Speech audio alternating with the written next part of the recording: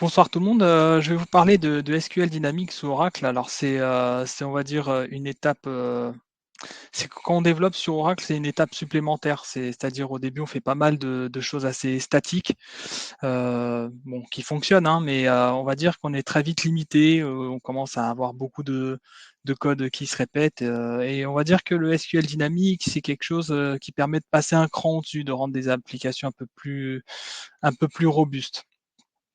Heu, donc sur quoi va s'articuler ce meet-up? D'abord, je vais vous présenter un petit peu qu'est-ce que c'est que du SQL dynamique, quelques principes généraux.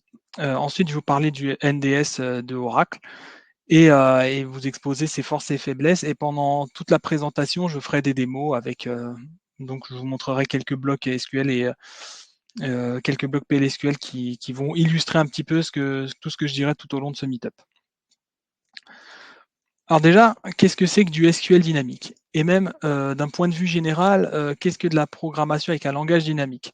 Alors imaginez-vous que ce sont des instructions qui sont connues seulement au moment de l'exécution. C'est-à-dire on peut développer, tout ce qu'on veut, mais, c'est seulement au moment de l'exécution qu'on va savoir qu'est-ce que ça va donner.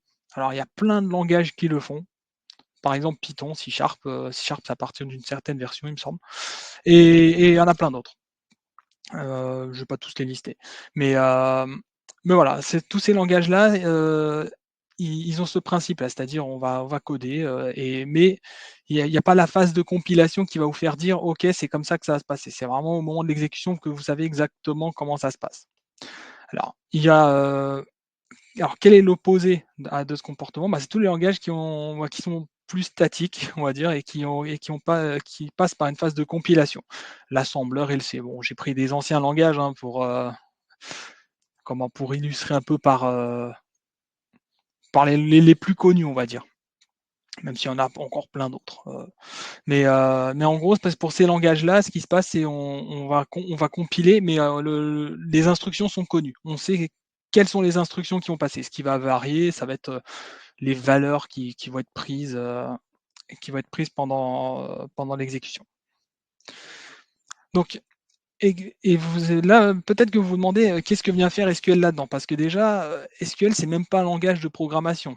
Si vous le savez, SQL, c'est un langage pour interroger une base de données. Il n'y a pas de programmation, il n'y a pas vraiment de programmation à proprement parler. Si on regarde notre exemple ici, select, cust first name et cust last name from customers where cust id égale 1, bon bah, c'est pas de la programmation, et en plus, c'est totalement statique.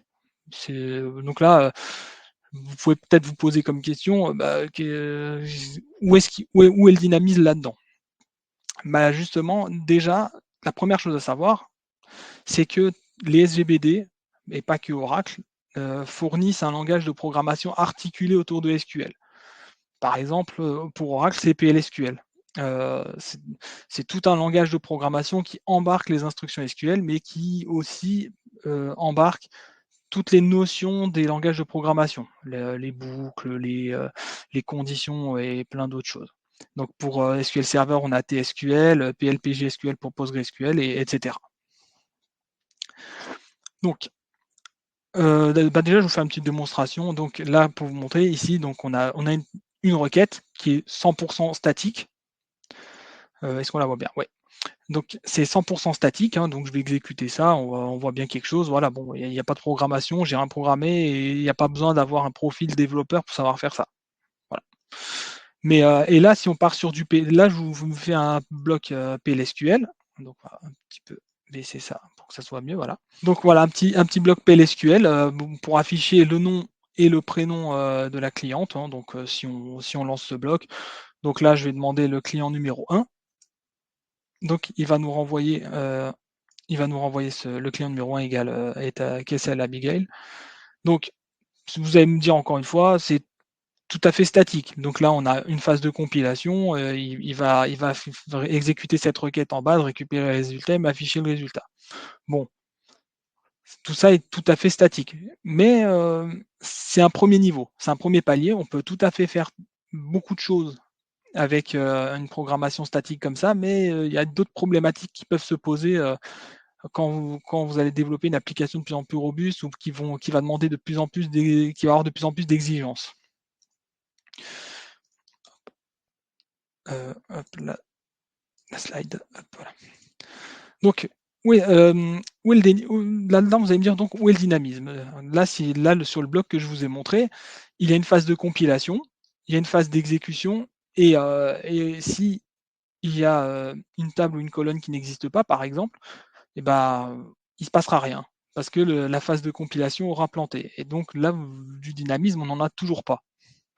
Donc là, si je vous montre un exemple, donc là, si je vais faire un select, j'ai repris la même chose que tout à l'heure, c'est j'ai juste, le nom de la table, j'ai mis Toto. Évidemment, la table Toto n'existe pas en base de données et ce que j'ai fait, c'est que j'ai mis un DBMS output, donc pour afficher, pour ceux qui connaissent pas tout à fait bien, PLSQL, donc DBMS output.putline, c'est juste pour afficher, pour faire de l'affichage.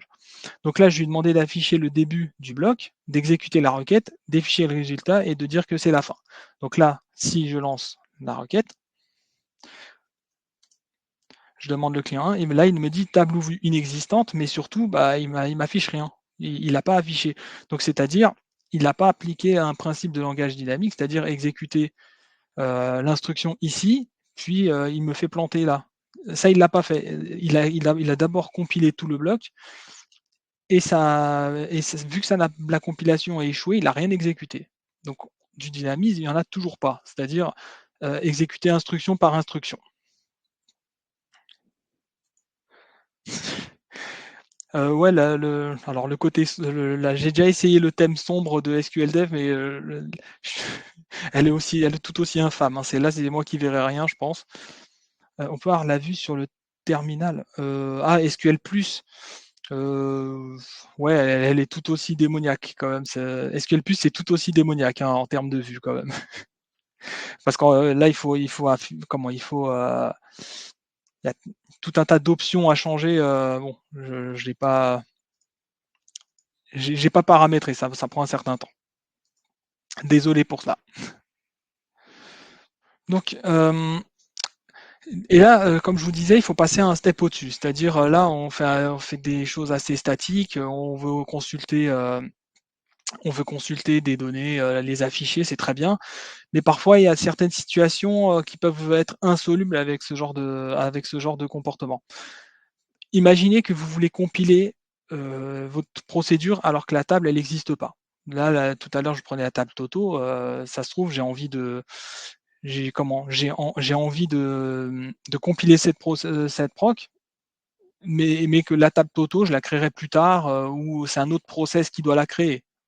En gros, vous voulez faire ça de manière asynchrone. Là, dans ce genre de cas, c'est pas possible. Pareil, si je dois imaginer une procédure qui va créer une colonne et derrière, elle doit l'utiliser, bah, ça va pas compiler non plus parce que la colonne, elle n'existe pas encore. Donc pareil avec, ce genre de programmation statique, ça va pas être possible. Et imaginez, vous voulez créer quelque chose d'encore plus dynamique, c'est-à-dire vous voulez, interroger une table en fonction de ce que le user va vous demander. L'utilisateur, il se dit, «Je veux la table Toto», une autre fois, il va vous dire la table Tata, et bah, il faut pouvoir, au lieu de multiplier les fonctions, vous pouvez peut-être faire ça en une. Et là, la programmation dynamique va pouvoir répondre à tous ces problèmes. Et et on va voir comment on va faire ça. Donc déjà, je vais vous faire une troisième démo. Donc, je vois que ça s'affiche. Donc imaginez que là, on imagine une proc, donc qui va update, le numéro de sécurité sociale des clients. Problème, c'est que la colonne, elle n'existe pas encore. Donc là, si j'essaie de compiler, donc là, il va vous dire, voilà, numéro de sécu, identifiant non valide. Hop.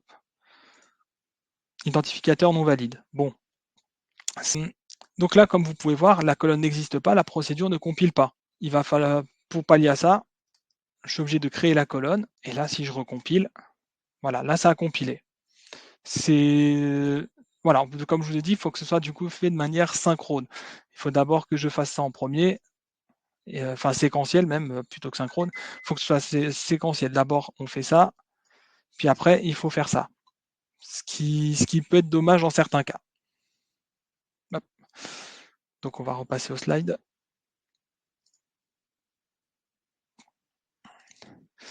Donc, hem, pour répondre à toutes les problématiques que je viens de vous exposer, bah, le SQL dynamique va nous aider. Clairement, bon, bah, jusqu'à maintenant, je vous parle de SQL dynamique, voilà, c'est un peu le but de ce meet-up, mais voilà, je vais vous montrer, en tout cas sur Oracle, comment implémenter tout ça. Donc, qu'est-ce que le NDS déjà? Et surtout, comment ça marche? Déjà, NDS, alors, déjà pour faire du SQL dynamique, avant toute chose, Oracle propose 2 solutions. Il y a le Native Dynamic SQL, le NDS.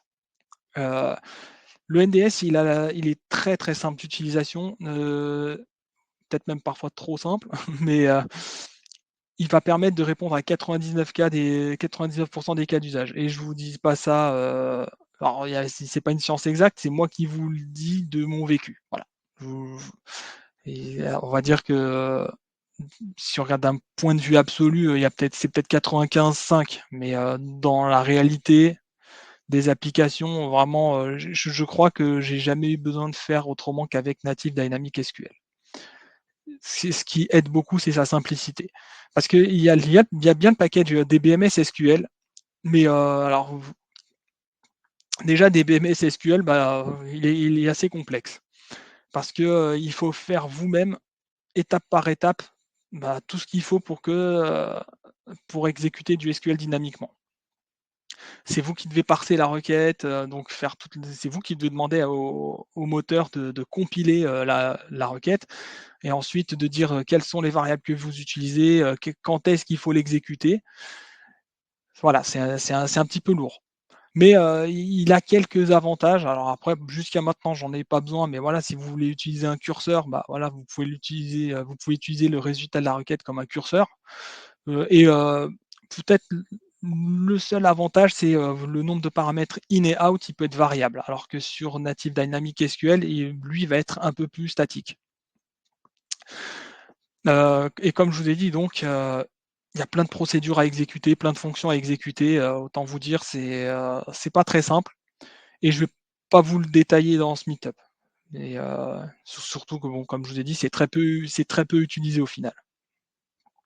Par exemple, oui, vous pouvez parser des requêtes, avec d'anciennes versions d'Oracle, hein. Si vous voulez parser une requête en 9, bon, c'est quoi l'intérêt? Je ne sais pas, mais c'est un des exemples qui fait qu'on peut utiliser, des BMS SQL. Alors, pour Native Dynamic SQL, alors quand je vous parlais de simplicité, c'est simple, la syntaxe, c'est vous commencez par l'instruction execute immediate, et là, ce que vous voyez là, c'est une requête, là, entre cotes, là, je vois que c'est un peu clair. Hem, c'est simple, c'est une requête. Non, on va remettre la slide. Donc là, c'est requête, ça peut être, soit une variable, soit une chaîne de caractères que vous lui donnez, vous lui accolez.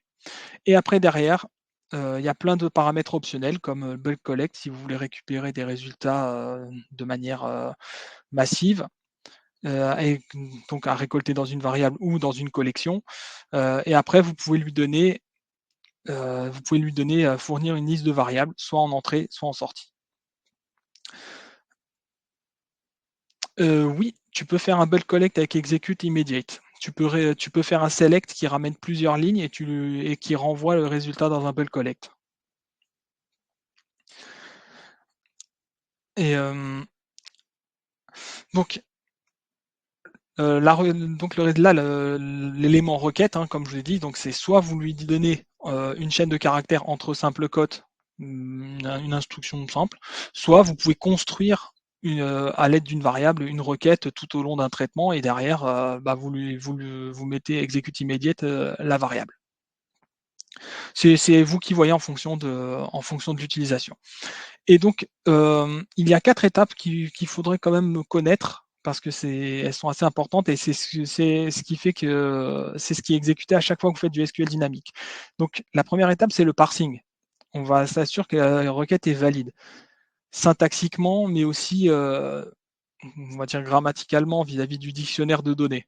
Donc déjà, on s'assure que, bah, au niveau des mots-clés, tout est bon, et ensuite on vérifie si la table elle existe, ou les colonnes, ou tous les éléments du dictionnaire existent. Bind, la deuxième étape, c'est le bind. Là, ça va lier les bind variables au, aux variables du programme courant, si vous le faites. Si vous ne le faites pas, bah, il ne le fait pas. Execute, là, c'est alors les 2 dernières étapes, c'est, l'une ou l'autre, ça ne peut pas être les 2 à la fois. Donc c'est execute, c'est-à-dire il va exécuter la requête. Ça, c'est si vous faites une instruction de type DML, un insert, update, merge, delete. Si vous faites ça, il va faire du execute. Si vous faites uniquement du select, ce sera l'étape fetch. Voilà, ça, alors execute immediate, il fait tout ça pour vous. Alors que pour DBMS SQL, bah ça c'est à chaque fois vous devez appeler des procs qui doivent faire ça. C'est pour ça que je vous dis le execute immediate il est quand même assez simple d'utilisation. Donc là on va regarder un petit peu ce que ça donne. Donc là je vous ai donné là voici une instruction toute simple, hein, execute immediate, et là je fais un update. Je lui dis de faire un update. Bon, c'est une requête statique, mais dans le principe, ça reste du SQL dynamique, c'est-à-dire l'instruction, elle est connue qu'au moment de l'exécution. Donc là, alors si vous voulez savoir un peu le fonctionnement, c'est là ce qui se passe, c'est là le moteur PLSQL, il va construire une requête qui va envoyer au moteur SQL et qui va faire son boulot et qui va renvoyer le résultat. Voilà. Et vous voyez ça comme ça. Donc là, exécute immédiate, c'est ça en gros, hein. Donc là, on va exécuter cette requête. Ce qui se passe, voilà, il a bien exécuté la requête. Bon, voilà, il n'y a pas eu d'erreur, tout existe, tout se passe bien. On voit bien qu'il a plus ou moins fait quelque chose. Bon, c'est une façon de faire. Je peux la version avec une variable, hein, donc là, je crée un varchar, tout bêtement, et la requête qui était plus haut, je l'ai mis dans une variable. Et derrière, je fais exécute immédiate de ma variable. Donc si on fait ça, hop, ça marche tout aussi bien. Troisième version avec des bind variables, parce que là, vous avez vu que j'ai mis des valeurs en dur. Hop, j'ai mis une valeur en dur, mais je peux tout à fait utiliser des bind variables. Donc là, j'ai toujours ma variable pour la requête. Une variable qui va contenir la valeur que je souhaite mettre à jour. Et là, ça va être le customer ID que je veux mettre à jour. Donc là, comment ça se comporte? Donc là, les bind variables, c'est la syntaxe, c'est il faut utiliser les 2 points. C'est eux qui vont dire 2 points quelque chose. Ça va être une bind variable. Alors j'ai jamais essayé avec des chaînes. Moi, je mets toujours 1, 2, 3, 4, comme ça, je m'y repère plus facilement pour les using ici, hein. Mais j'ai jamais tellement essayé de mettre 2 points totaux, par exemple. Mais voilà, moi dans l'usage, je fais toujours 1, 2, 3, 4, 5 comme ça, dans l'ordre que vous avez en dessous, bah, vous avez juste à chercher le 1, 2, 3, 4, 5 ou 6.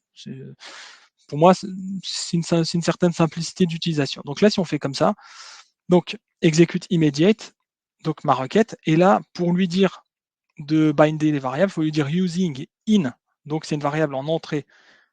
Je lui donne ça, donc là le 1 il va être bindé avec ça, il va pour la valeur ici, il va utiliser la valeur de là, et il va faire pareil pour le 2. Donc là, si j'exécute ça, donc on voit bien que le last name il a bien été mis à dos pour le client numéro 1. D'ailleurs si je rollback, on voit bien que l'update avait bien fonctionné. Alors attention, le binding ça marche pas avec tout. C'est-à-dire si vous voulez utiliser du binding pour un nom d'objet, ça marchera pas.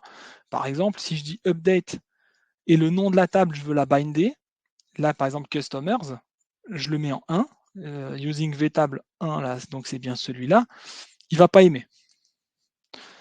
Et là, il vous dit nom de table non valide. Pourquoi? Parce que c'est comme si vous aviez exécuté cette requête. Update customers entre cotes. Évidemment, ça ne marche pas comme ça. Donc vous pouvez pas binder, des noms d'objets. Donc ce que vous pouvez faire, c'est soit faire un replace, soit vous pouvez, alors on va le faire en live, vtable. Vous pouvez faire comme ça. Ça, si vous faites ça, ça marche. Hop. Si je fais un dbms output, line de vrequête, ah oui, celle-là, il faut l'enlever, hein, évidemment. Voilà, si vous mettez trop de bind variable, il va se perdre. Donc là, faut bien, on en a 2 et 3, là, il y a 2 et 3. Donc là, on voit bien, hop.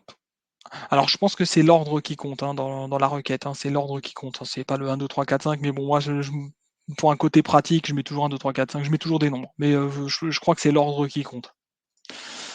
Hem, donc voilà, là, on voit bien que update customers comme ça, hein, avec, la variable, comme ça marche, très bien. Après soit vous faites un replace, soit vous faites, avec des pipes, c'est à vous de voir.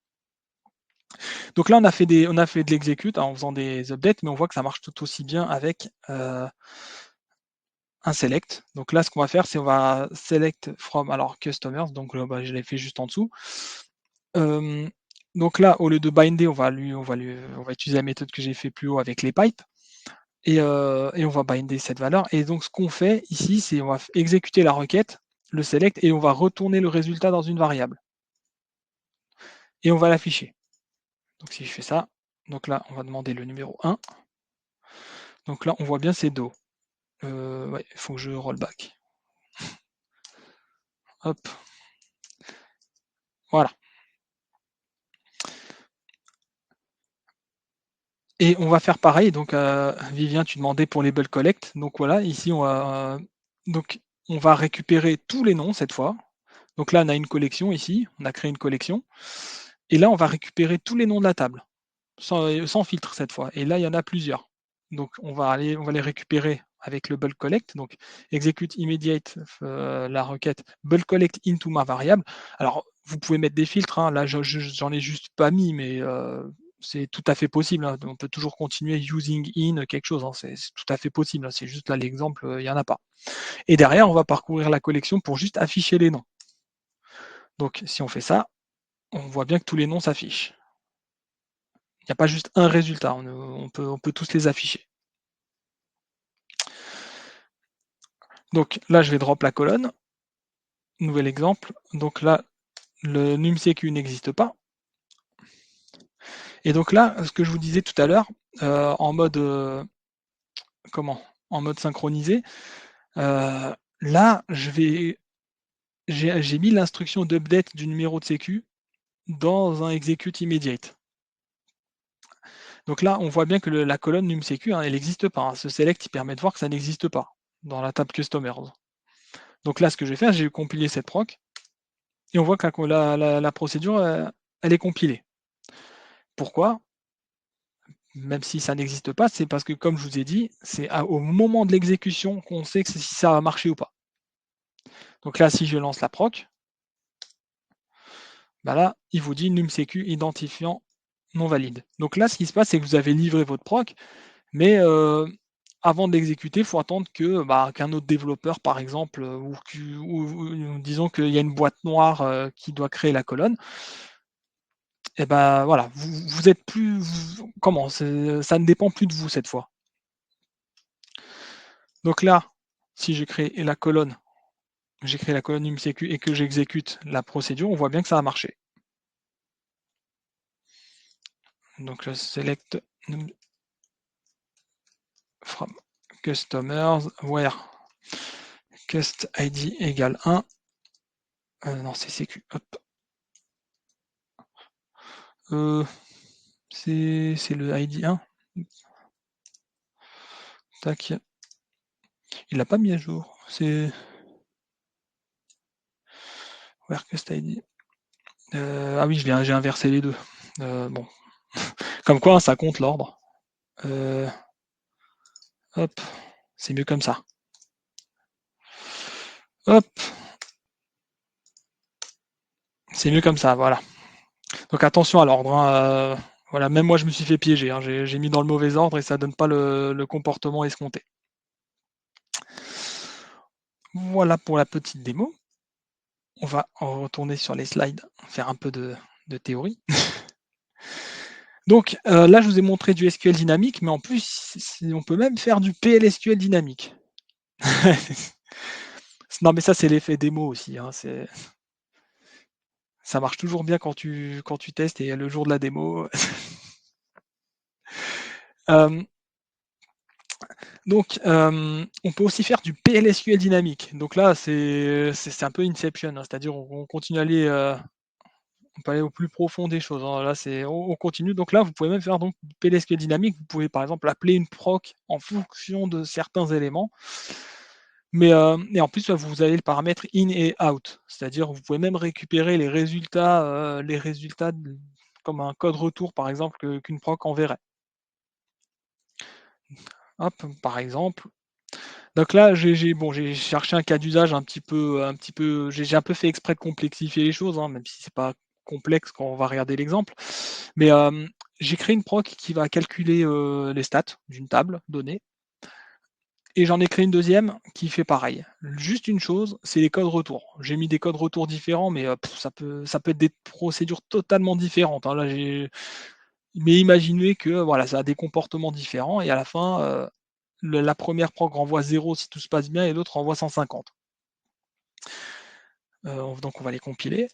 Hop et hop, voilà. Donc on va une troisième proc chapeau qui, elle, va calculer les stats, des tables sur toute la base.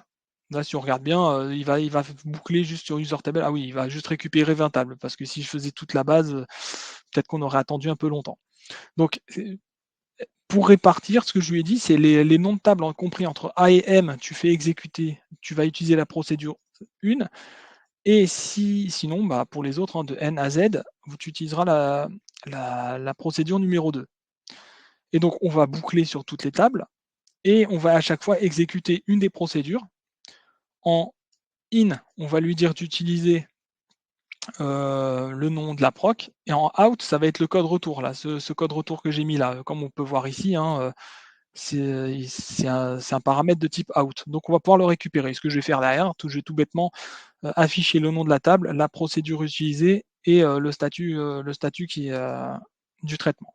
Donc voilà, j'ai compilé la procédure et on va l'exécuter. Hop. Bon, il calcule des stats sur 19 tables, ça ne devrait pas prendre trop de temps vu que c'est des petites tables. Voilà. Donc là, on voit bien qu'il y a une certaine répartition. Là, le nom de la table commence par D, donc il a utilisé la 1, code retour 0. Et par exemple, pour celle-ci, Supplementary Demographics, qui donc S, deuxième moitié de l'alphabet, il va utiliser la 2 et code retour 150. Donc là, vous avez vu, hein, on a donc avec un petit bout de code simple, on a un petit peu réparti l'utilisation des procs et on a utilisé dynamiquement du PLSQL parce que comme on voit bien, hein, on a un begin end, hein, on a bien un bloc PLSQL ici. Et après voilà, les possibilités sont infinies. Après, je vais vous présenter après les avantages, mais ça a comme de sacrés avantages d'utiliser ce genre de méthode. Hop. Donc, les forces et les faiblesses de SQL dynamique. Là que je vous ai présenté tout un tas d'éléments, mais faut aussi savoir ce qui en retourne. Il y a beaucoup de forces, mais il y a quand même des faiblesses qu'il faut connaître. Alors déjà, la souplesse, vu que c'est dynamique, bah, qui dit dynamique, bah, dit il y a une très grande adaptation. Donc, mmh, qu'est-ce que ça permet de faire? Déjà, on peut livrer du code à l'avance. Comme je vous ai montré tout à l'heure, on a livré une proc qui update une colonne d'une table qui n'existe pas encore. Donc ça permet de livrer le code à l'avance et ça nécessite aucune recompilation. Au pire, bah, faut corriger le problème ailleurs ou bien l'autre partie doit faire son travail. Ça peut éviter des relivraisons de code. Dans la pratique, en production, par exemple, sur le projet où je travaille actuellement, on a mis en place ce genre de code, sur du SQL dynamique et pour nous, c'est plus simple de faire des inserts dans des tables que de devoir recompiler une procédure. C'est plus lourd à faire. Alors que faire un insert dans une table, c'est plus simple à gérer. Alors ensuite, ça permet de factoriser du code. Je vais vous le montrer par l'exemple, mais clairement, là, comme tout à l'heure pour le calcul de stats, vous avez bien vu que j'ai utilisé 2 lignes de code pour, exécuter du PLSQL pour chacune des tables, pour les calculs de stats là, pour chacune des tables. S'il avait fallu que je fasse ça, table par table, là, j'ai pour 19 tables, j'aurais eu 19 lignes de code. Alors que là, il y a le if qui permet de faire la répartition, il y avait 5 lignes et la sixième pour l'exécution. Donc là, on a pour 19 tables, au final, on se retrouve avec 3 fois moins de code, ce qui est quand même assez pratique. Et surtout, le plus gros avantage, et on s'en sert peut-être parfois sans trop le savoir, c'est que le SQL dynamique, execute immediate, ça permet de contourner une limite qu'a PLSQL, c'est-à-dire de ne pas pouvoir utiliser des instructions autres que du DML. C'est-à-dire, si vous avez remarqué, sur PLSQL en mode statique, vous faites des insert, update, delete, select, commit, rollback, et c'est tout. Vous ne pouvez pas créer une table avec PLSQL. Et ben avec execute immediate, vous allez pouvoir le faire. Euh, Comme je vous ai dit, hein, le PLSQL, il va envoyer ses instructions au moteur SQL. Donc voilà, là, sur le moteur SQL, vous faites un peu ce que vous voulez. Vous pouvez créer des index, des tables, des colonnes, tout ce que vous voulez, quoi. Alors, quels sont les inconvénients? Parce que mine de rien, ça peut être sujet à de sacrés maux de tête, le SQL dynamique. Déjà, première chose, bah, vu qu'on ne sait qu'au moment de l'exécution le comportement que ça a, bah, au moment de la livraison, bah, vous allez livrer, vous savez même pas si ça marche. Donc, bah, faut exécuter pour le savoir. De Ça se trouve, ça compile pas, voilà, l'exemple tout bête, hein, c'est, je devais update, une colonne, je devais ajouter une instruction en SQL dynamique, mais, à chaque fois que je devais exécuter, je devais attendre 35 minutes pour savoir si ça marchait. C'est, ce qui est un peu dommage. Bon, il y avait des moyens de faire plus vite, mais, dans l'absolu, il fallait que j'attende 35 minutes à chaque fois, au moment de l'exécution. Ce qui ce qui fait que parfois, faut faut être bon du premier coup. Ensuite, dans certains cas, c'est très difficile de savoir ce qui a été réellement exécuté, surtout si vous bindez des variables. Et c'est là que les logs, entrent en jeu. Ensuite, pour faire du SQL dynamique, bah, évidemment, il faut avoir des notions assez avancées, enfin assez avancées, des notions un peu avancées en programmation. Faut avoir une certaine gymnastique. Je pense pas que vous allez demander à un BA de faire du SQL dynamique. C'est pas son métier, et ça peut être un peu complexe. Et le problème numéro 4, il est assez méconnu, je pense, c'est, mal implémenté, et ben, vous allez avoir des problèmes de perf, et en plus, le DBA pourra rien pour vous. Et je l'ai constaté aussi dans la réalité. Heu, mais je vous le montrerai avec des exemples. Et là, on va faire quelques démos. Hop. Alors, donc pour la livraison de code en avance, donc je vais le remontrer, hein, mais voilà, la colonne numCQ, elle existe pas, ça compile pas. Voilà. Donc là, ce que je vais faire ici, il y a la proc. Ici, elle va être livrée en avance. Et après, derrière, vous créerez votre colonne plus tard, et ça fonctionnera du premier coup. Mais ça peut marcher avec plein de choses, hein, des tables, des colonnes, des partitions, ce que vous voulez. Donc voilà, comme je vous ai dit, hein, à l'exécution, ça marche pas. Donc ensuite, les relivraisons de code.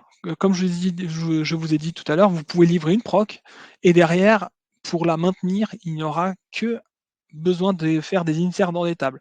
Parce que ça, c'est un peu la réalité, que c'est en général plus simple de faire des inserts. En général, les prod appli, ils n'ont pas des droits en exécution, pour compiler.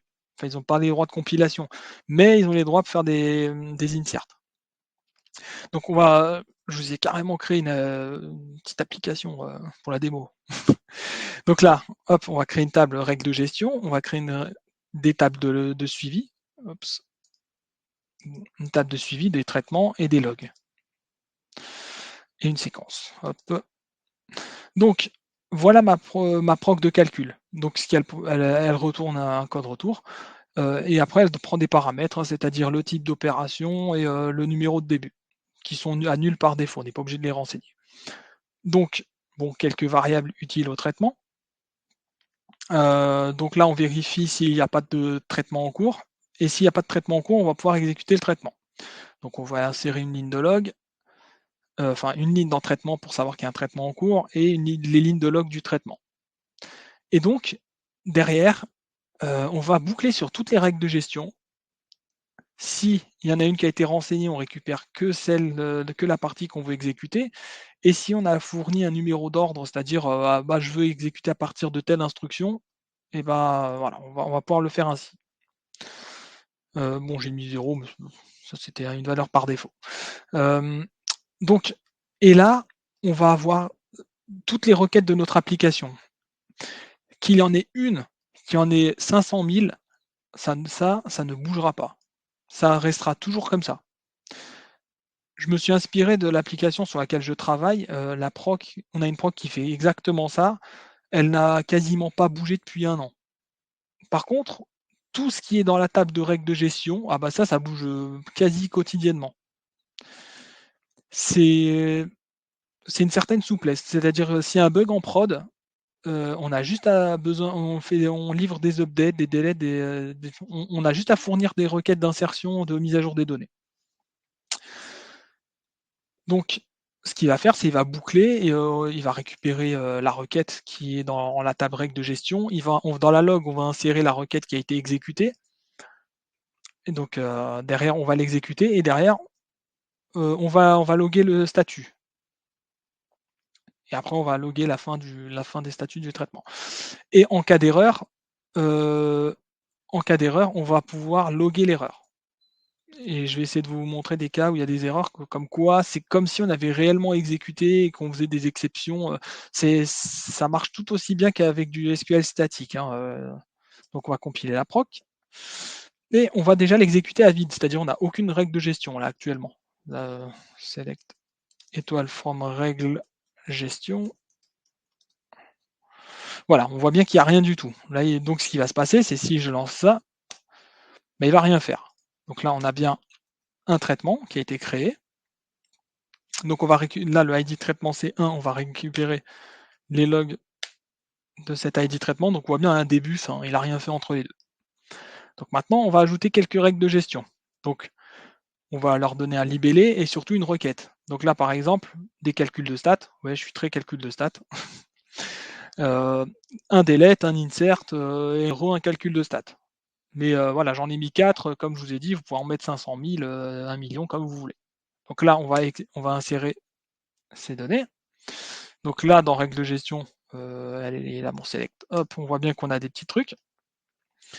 Ah oui, j'ai oublié de le préciser, les points-virgules sont pas obligatoires. En fait, il y a des variables à positionner dans la session de mémoire. C'est pas obligatoire. Par défaut, c'est pas obligatoire. Pour les blocs PLSQL, il faut les mettre, mais pour les instructions SQL, les points-virgules sont pas obligatoires. Par défaut, il n'y a pas besoin de le mettre. Si vous le mettez, d'ailleurs, il va pas aimer. Par défaut. Euh, Voilà, donc j'ai inséré, tac, voilà, c'est bon. Donc là, ce qu'on va faire, c'est on va exécuter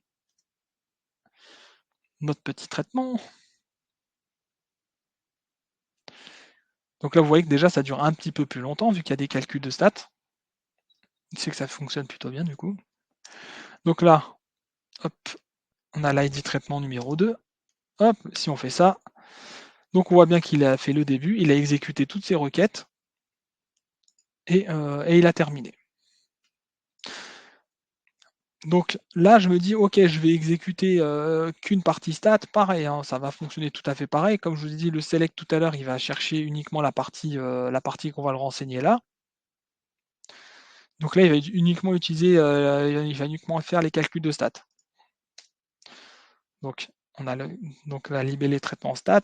Donc là, si on prend, hop, on met le 3.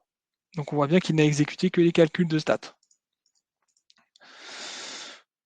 Donc là, et encore autrement, hein, comme vous voyez, hein, c'est assez, je peux faire un petit peu ce que je veux, mais bon, ça c'est le traitement qui a. Alors je l'avais exécuté. Ouais, non, c'est bien là. Hop, c'est l'ID traitement 4. Donc on voit bien qu'il n'a exécuté qu'une seule requête, parce qu'il n'y en avait qu'un qui avait un ID supérieur ou égal à 3. Donc là, maintenant, je vais ajouter une nouvelle règle de gestion. Là, voilà, si je dois modifier mon application, il suffit juste de faire un select. Je fais juste select et j'ai une nouvelle partie. En quoi ça facilite les choses? C'est que voilà, j'ai pas eu besoin, là jusqu'à maintenant, vous avez vu que j'ai pas eu besoin une seule fois de toucher à la procédure. Et s'il avait fallu faire autrement avec du statique, ça aurait été un petit peu plus complexe. C'est-à-dire il aurait fallu mettre des if partout, des choses comme ça en fonction de ce que vous demandez. Et en plus, étape par étape. Ça se trouve, je fais une étape de calcul de stats et que je croise avec des sauvegardes de données, puis recalcul de stats, des choses comme ça. Il aurait fallu Il aurait fallu, ouais, ça aurait imbriqué tout un enfin, ça aurait été une suite de if, pas très jolie. Donc là, j'ai ajouté une nouvelle règle de gestion et je vais exécuter. Donc là, on voit bien que ça a marché. Donc là, il fait juste le calcul d'indicateur. L'ID traitement, c'est le 5 et donc hop, on a bien notre select qui a tourné ici. Je vais accélérer un tout petit peu, je vois qu'il reste un quart d'heure. Et ce que je vais faire, c'est que je vais exécuter une deuxième fois ce calcul. Pourquoi je vais le faire une deuxième fois? Parce que ça va faire une erreur. Et là, vous avez vu que ça a planté là et c'est comme je vous ai dit, c'est il y a l comment? On peut comme pour le SQL statique, ça va, on peut récupérer, on peut catcher les exceptions, comme on veut. C'est le principe reste tout à fait le même. Si vous savez qu'une requête est susceptible de planter pour quelconque raison, n'hésitez pas à mettre des blocs, au d'encercler avec un begin et un exception.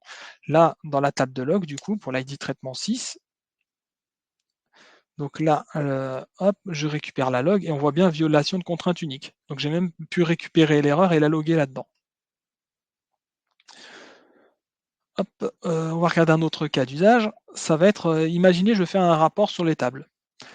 Heu, là où le rapport va être tout bête, c'est, je veux savoir combien de lignes il y a dans chacune des tables. Bon, c'est un rapport somme toute assez basique. Je sais même pas il y a combien de tables dans ma base. Donc là, on va compiler la procédure, mais ce qu'on va faire, c'est boucler sur user tables et pour chacune des tables, on va faire un select count et on va donc into vcount et on va afficher le résultat. Bon, somme toute assez simple. Donc on va l'exécuter. Hop, vous voyez là, il y a toute une série de tables. Bon, il y en a allez, une bonne trentaine, on va dire ça comme ça. Voilà. Imaginez maintenant qu'il fallait faire ça manuellement. Donc manuellement, ça donnait ça. Donc là, je vous ai fait pour les 4 premières, bah, imaginez qu'il faut faire ça pour la trentaine de tables qui suit. Évidemment, c'est très statique comme, et en plus, il faut que les tables, elles existent. Imaginez que maintenant j'ajoute une table, je crée une table pendant mon traitement, un autre traitement. Avec cette proc, vous avez même pas besoin de vous en préoccuper. Vu qu'on boucle sur user tables, bah, il va le prendre en compte, à la prochaine exécution, vu que c'est au moment de l'exécution que ça compte. Alors qu'ici, il aurait fallu recompiler la proc en indiquant cette nouvelle table. Donc avec une table, c'est sympa. Maintenant, imaginez qu'il y en ait vous en avez créé 200 nouvelles. Bah, faut toutes les ajouter une par une. Alors qu'avec cette solution, donc vous avez c'est là qu'on voit que, ça factorise, ça compresse énormément le code de faire ça. Alors après voilà, c'est un petit peu, ça peut paraître barbare au premier usage, enfin au premier abord quand on voit ça. Avec quelques notions de programmation, ça l'est un peu moins. Et donc, en général, oui, je ce genre de choses, je l'utilise pour faire des opérations de maintenance sur la base, par exemple, créer des nouvelles partitions, drop des partitions, recalculer les stats, des choses comme ça. Donc tout à l'heure, je vous parlais de faire du DDL sur un bloc PLSQL. Bah, regardez, là, si je fais ça, ça marche pas. Le truncate table, vous pouvez pas le faire en PLSQL. C'est du Ansible pour la base de données, ouais.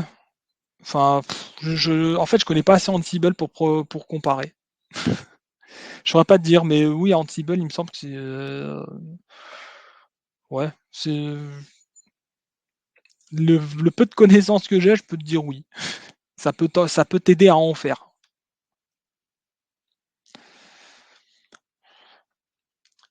Donc, vous voyez que truncate table, donc là, ça marche pas comme ça. Là, on voit qu'il y a 20 lignes, hein, je fais ça, ça marche pas.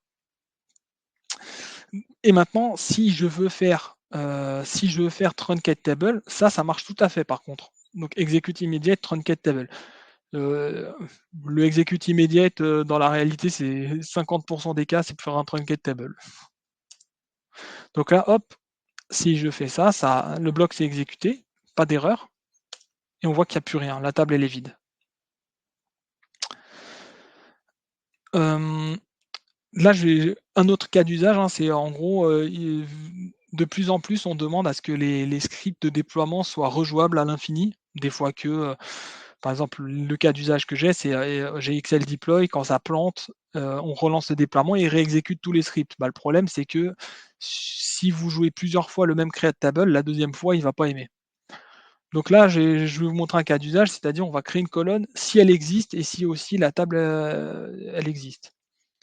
Donc là, on compte si on vérifie si la table elle existe, hein. Si elle n'existe pas, bah, ça va la proc ne va rien faire. Et sinon, on va créer la colonne. Et on va vérifier si la colonne elle existe d'abord, aussi, et après on va créer la colonne. Donc là, on va compiler la proc.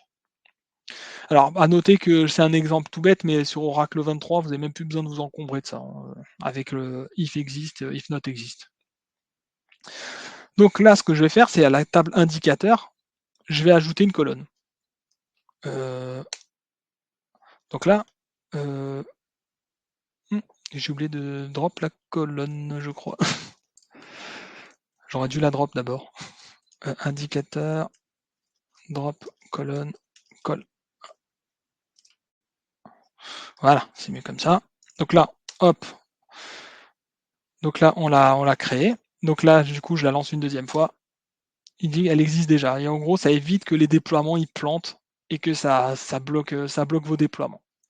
C'est des exemples tout bêtes, hein, et du coup, je fais avec indicateur et après vous pouvez l'appeler avec plein d'autres, plein bah, enfin, à l'usage, quoi. C'est vous qui voyez, après vous pouvez l'utiliser à l'infini, quoi. Le but étant de factoriser votre code parce qu'à chaque fois, si dans chacun de vos scripts, vous devez vous assurer que ça existe avant de créer et tout, voilà. Là, avec ce genre de proc dynamique, vous pouvez vous permettre ça. Hop, ensuite, inconvénient numéro 1, on sait pas ce que ça fait. Ça, j'aime bien ça. Hop. Donc là, je vais insérer une nouvelle règle de gestion.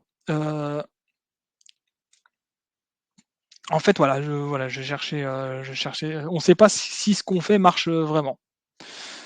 Donc là, je lance cette requête, je suis incapable de vous dire si elle fonctionne. Donc là, ce qu'on va devoir faire, c'est lancer ça. Et évidemment, ça ne marche pas. Ça, c'est parce que violation de contrainte unique, c'était pas l'erreur que je m'attendais. Trinket table indicateur. Hop, voilà, on va faire ça. Donc là, si je relance, il va quand même pas aimer. Voilà, not enough values. Parce que j'avais créé ma colonne précédemment. Et là, en fait, ce qui se passe, c'est qu'ici, vu que j'ai pas spécifié les colonnes, il a 5 colonnes, je lui ai spécifié 4 valeurs. Et ça, il n'a pas aimé. Mais voilà, ça, cet insert, il a fonctionné, mais derrière, je ne sais pas ce qui s'est passé, je ne sais pas pourquoi il a fait ça. Je suis obligé d'aller récupérer dans les logs. Enfin, je suis obligé de vérifier un petit peu ce qui s'est passé. Donc, deuxième inconvénient, c'est on ne sait pas ce qui a été exécuté. Donc là, j'ai mis tout un bloc là, avec 5 bind variables, avec différentes valeurs. Donc là, ici, je vais afficher la requête, puis derrière, je vais l'exécuter en utilisant ça. Voilà. Maintenant, débrouillez-vous avec ça. Là, je l'ai ici, mais on va dire que ça a été récupéré à travers diverses fonctions, procédures. Imaginez un calcul complexe qui ramène toutes ces valeurs. Et bah, va falloir creuser. Il va falloir creuser, il va falloir vérifier toutes les valeurs qui ont été calculées. Ça prend du temps. C'est ça qui est un petit peu embêtant. Et après, pour pallier à ça, vous pouvez faire des replaces. Par exemple, là, on va dire encore une fois, j'ai calculé ces valeurs. Ce que je fais ici, c'est des replaces. Au lieu de faire du binding, je fais des replaces. Donc, je remplace le 1 par la valeur 1, le 2 par la 2, etc. Donc là, si je relance ça, donc là, on voit bien, c'est ça qui a été exécuté. Là, c'est très bien. J'ai pallié au problème. Ce qui nous amène à l'inconvénient suivant, c'est comment j'ai exécuté cette requête et le problème, c'est que, imaginez qu'il y a un gros problème de performance. Bon, là, c'est un insert tout simple, mais imaginez que vous avez une requête complexe comme ça et que la requête prend 8 heures à s'exécuter parce qu'elle prend le mauvais plan.